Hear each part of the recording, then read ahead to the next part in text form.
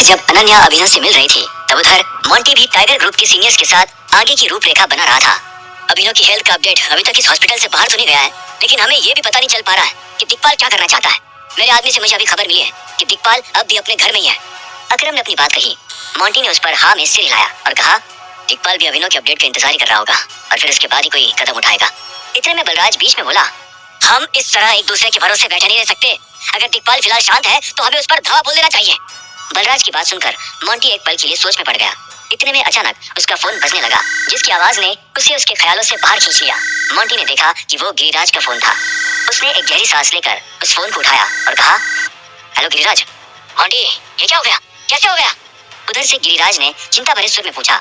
ऐसे में मोंटी ने एक गहरी सांस ली और कहा, सच बताओ तो इटली से निकलने से पहले भी अभिनव पर एक हमला हो चुका था गिरिराज, इसलिए हम सतर्क होकर ही इंडिया के लिए रवाना हुए थे। लेकिन हम दोनों को ये उम्मीद नहीं थी कि अभिनव पर एयरपोर्ट पर ही हमला हो जाएगा। दिक्पाल ने इस बार अपनी सारी हदें पार कर दी है।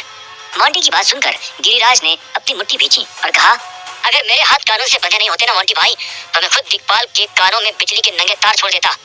गुस्सा हम सभी को भी आ रहा है गिरिराज, लेकिन हमें कहीं ना कहीं अभिनव के हिसाब से ही चलना होगा। अटैक होने से पहले अभिनव ने मुझसे कहा था कि वो दिक्पाल को कानून से फांसी की सजा दिलवाना चाहता है। मोंटी ने कहा। गिरिराज ने उसकी बात सुनकर एक गहरी सांस ली और बोला, अर्जुन के केस के बाद 2 दिनों में दिक्पाल की भी एक हियरिंग है।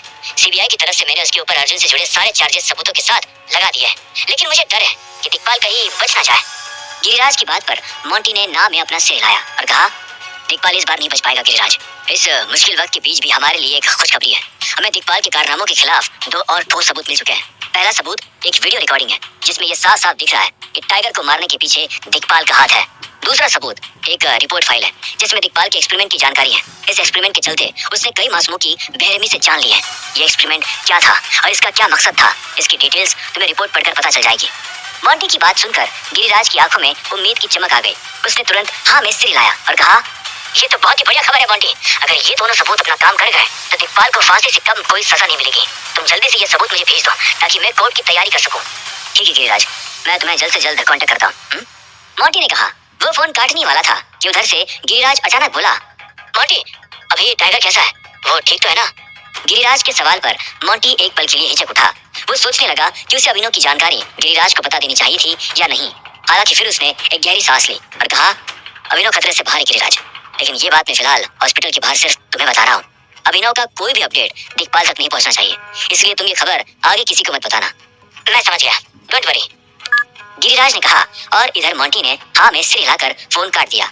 इतने में पास बैठे बलराज ने पूछा, उस घड़ी का क्या हुआ, उसमें से सबूत मिला या नहीं? बलराज के सवाल पर अकरम ने कहा, मैंने वो घड़ी अपने आदमी के साथ एक भरोसेमंद टेक्नीशियन के पास पहुंचा दी है। घड़ी पुरानी है, इसलिए उसमें से रिकॉर्डिंग निकालने में थोड़ा वक्त लग सकता है, लेकिन फिर भी टेक्नीशियन ने भरोसा दिया है कि वो रिकॉर्डिंग रिकवर कर लेगा। इतने में अचानक मोंटी का फोन बजने लगा। उसने अपने फोन की स्क्रीन देखी तो पाया कि वो फोन अलायना का था। मोंटी ने तुरंत उस फोन को उठाया और कहा, अलायना, तुम लैंड कर गई? मैं हॉस्पिटल में भी पहुंच गई हूँ मोंटी, इनफैक्ट अभिनव से मिल भी चुकी हूँ। उधर से अलायना ने मुस्कुराते हुए कहा। ऐसे में मोंटी ने एक गहरी सांस ली और कहा, मुझे लगा नहीं था तुम इतनी जल्दी आ जाओगी। अलायना ने मोंटी की बात पर सिर हिलाया और कहा, अभिनव के लिए जल्दी तो आना ही था। एनीवेज, अगर तुम्हें खबर नहीं लगी हो तो सुनो, अभिनव को होश आ गया है। क्या, सच में? मोंटी ने हैरान होते हुए कहा। ऐसे में अकरम और बलराज कंफ्यूज होते हुए एक दूसरे को देखने लगे। फिर बलराज ने मोंटी से पूछा, क्या हुआ मोंटी? मोंटी ने तुरंत बलराज की तरफ देखा और चहकते हुए कहा, अभिनव को होश आ गया है। ये सुनकर बलराज और अकरम की भी आंखें बड़ी हो गई। इतने में अचानक अकरम का फोन भी बजने लगा। उसने देखा कि वो फोन उसी अनजान नंबर से था जिसका कॉल उसे कुछ दिनों पहले भी आया था। अकरम ने तपाक से उसे काट दिया। वो फिलहाल जल्द से जल्द अभिनव से मिलना चाहता था। इधर कनाडा में जब हंसराज को एहसास हुआ कि अकरम उसका फोन काट चुका है तो उसने एक हताशा भरी गहरी सांस ली। उसे समझ नहीं आया कि वो अब टाइगर की जानकारी कैसे निकाले। दूसरी तरफ अभिनव से मिलने के बाद अनन्या भी नीचे लॉबी में आ गई। वो वैसे तो पूरे दिन अभिनव के साथ ही रुकना चाहती थी, मगर अलायना ने उसे जल्दी चले जाने को कहा था। अलायना जानती थी कि अगर टाइगर ग्रुप के बाकी मेंबर्स फिलहाल अनन्या को अभिनव के साथ देख लेते तो वो गुस्सा हो जाते। उन्हें भले ही अनन्या पर भरोसा नहीं था, लेकिन अलायना अनन्या पर जरा भी शक नहीं कर रही थी। उसने अपनी आंखों से अभिनव और अनन्या के बीच की गहराई देखी थी। वो जानती थी कि अनन्या ऐसा कोई भी काम नहीं करती जिससे अभिनव को थोड़ी सी भी तकलीफ झेलनी पड़ती। अनन्या लॉबी में रिसेप्शन काउंटर के पास अपने डिस्चार्ज पेपर्स लेने के लिए पहुंच गई। हालांकि अचानक उसे अपने पीछे से एक जानी पहचानी आवाज सुनाई दी, अनन्या। जब अनन्या उस आवाज की तरफ पलटी तो उसने देखा कि वो शर्मिला थी। मम्मी, अनन्या ने धीरे से कहा। शर्मिला मुस्कुराते हुए अनन्या के पास आई और उसने उसे गले से लगा लिया। मेरी बच्ची, तुम ठीक तो हो? शर्मिला ने खुशी के आंसू निकालते हुए पूछा। अनन्या ने हाँ में सिर हिलाया और कहा, हाँ मम्मी, मैं बिल्कुल ठीक हूँ। फिर अनन्या की नजर एक और इंसान पर पड़ी जो उनके करीब आ रहा था। अनन्या ने एक पल के लिए उसे देखा और फिर चहकते हुए कहा, पापा। राजीव मुस्कुराते हुए अनन्या के पास आया और उसे अपने सीने से लगाकर बोला, कैसी हो बेटा? मैं ठीक हूँ, पहले से काफी बेहतर लग रहा है। अनन्या ने मुस्कुराकर जवाब दिया। फिर पीछे से अचानक शर्मिला ने कहा, राजीव, तुम सबसे पहले डिस्चार्ज पेपर्स बनवाओ। मैं नहीं चाहती मेरी बेटी इस हॉस्पिटल में एक मिनट भी और रुके। उस हॉस्पिटल से अब घुटन होने लगी है। जल्दी घर चलो प्लीज। शर्मिला की बात पर राजीव ने मुस्कुराते हुए हाँ में सिर हिलाया और फिर वो रिसेप्शन काउंटर के पास आ गया। राजीव को पेपर्स रेडी करवाते देख अनन्या ने एक पल के लिए शर्मिला को देखा और फिर उत्सुकता में कहा, मम्मी, मैं आपको एक बहुत ही बड़ी खुशखबरी देना चाहती हूँ। अच्छा, बता। शर्मिला ने दिलचस्पी से कहा। अनन्या मुस्कुराकर अपना मुंह खोलने वाली थी कि अचानक वो शब्द उसके गले में ही अटक गए।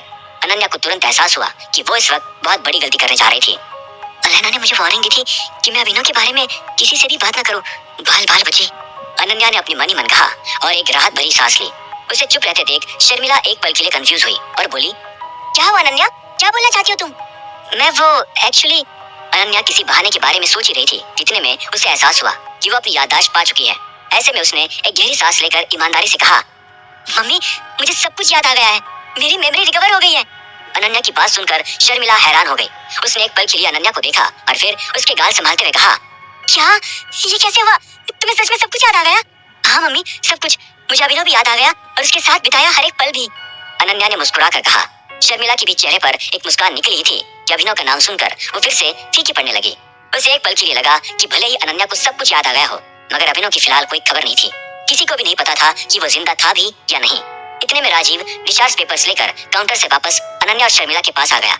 उसने एक पल के लिए उन दोनों को देखा और फिर कहा, क्या बात है भाई? ऐसी कौन सी बात है जो मैं मिस कर चुका हूँ? चलो पापा, मैं गाड़ी में बताती हूँ। अनन्या ने मुस्कुराते हुए कहा और वो राजीव और शर्मिला का हाथ पकड़कर उन्हें हॉस्पिटल से बाहर लेकर आ गई। अभिनव की खबर के अभाव से जो हाल फिलहाल शर्मिला का था, उससे भी बुरा हाल और भी लोगों का हो रहा था। इटली में जिमी महिपाल के पास अपना सिर पकड़कर बैठा था। उसने कई बार मोंटी से कांटेक्ट करने की कोशिश की थी, मगर मोंटी उसका फोन बार बार काटे जा रहा था। हमें गुड़गांव के लिए निकल जाना चाहिए जिमी, अपने बेड पर लेटे महिपाल ने कहा। जिमी ने उसे एक पल के लिए देखा और फिर गहरी सांस लेकर बोला, बॉस का ऑर्डर था कि हम दोनों तुम्हारी रिकवरी हो जाने के बाद ही वापस आए, और हम चलकर कर भी क्या लेंगे? हॉस्पिटल में बहुत टाइट सिक्योरिटी है, हमें न्यूज का ही वेट करना होगा। जिमी की बात सुनकर महिपाल ने एक हताशा भरी गहरी सांस ली। वहीं दूसरी तरफ दिल्ली में चाँद और उसकी माँ भारती भी सदमे में थी। चाँद कल रात से टीवी ऑन करके बैठी थी और अभिनव की कोई खबर का इंतजार कर रही थी। हालांकि जब इतने घंटे बीत जाने के बाद भी न्यूज में कोई अपडेट नहीं आई, तो फिर भारती ने धीरे से कहा, हादसे में अनन्या भी थी ना, तुम एक बार उसे फोन लगा कर देखो। भारती का सुझाव सुनकर चाँद एक पल के लिए हिचकिचाने लगी। जो अनन्या एक जमाने में उसकी सबसे अच्छी दोस्त थी, आज उसी के सामने चाँद अपनी नजरें भी नहीं उठा सकती थी। अभिनव को अनन्या से दूर करने में चाँद खुद को दोषी मानती थी। उससे हर रोज इस बात का अफसोस होता था कि उसने एक अच्छी खासी जोड़ी पर अपनी बुरी नजर लगा दी थी। ऐसे में चाँद ने एक हताशा भरी गहरी सांस ली और ना में सिर हिलाकर कहा, नहीं माँ, मुझमें इतनी हिम्मत नहीं है कि मैं अनन्या को फोन लगाऊं। इससे अच्छा हमें अभिनव के लिए प्रार्थना करनी चाहिए। वो बस किसी भी तरह बच जाए, मैं इससे ज्यादा और कुछ नहीं चाहती। चाँद की बात सुनकर भारती ने एक गहरी सांस ली और वो अपनी जगह से उठकर घर के मंदिर की तरफ बढ़ने लगी।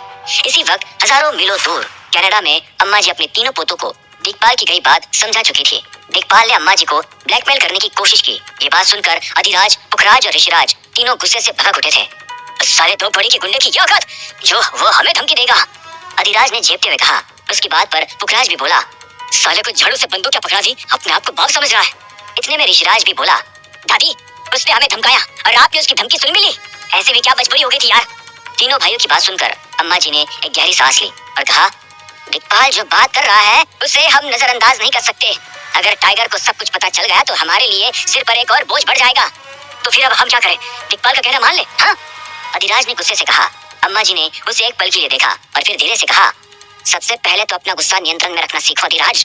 दिखपाल हमारे खिलाफ शतरंज की चाल चल रहा है, तो हमें भी उसे वैसे ही जवाब देना पड़ेगा। अच्छा, और वो जवाब क्या होगा? अधिराज ने अपने हाथ बांधते हुए पूछा। ऐसे में अम्मा जी ने एक गहरी सांस ली और कहा, दिखपाल को बचाने के लिए यहाँ से एक प्राइवेट जेट भेज दो, उसे हमें कनाडा लाना होगा। क्या क्या ये आप क्या बोल रही है दादी? पुखराज अपने माथे पर सर लाते हुए बोला। अम्मा जी ने उसकी तरफ देख अपना सिर हिलाया और फिर कहा, जो बोल रही हो वो करो। दिखपाल को ये कहो कि हम उसके लिए यहाँ से एक प्लेन भेज रहे हैं, फिर उसके लिए तुरंत हमारा एक प्लेन भी भेजो, ताकि वो ये सोचे कि वो अब सुरक्षित हमारे पास आ रहा है।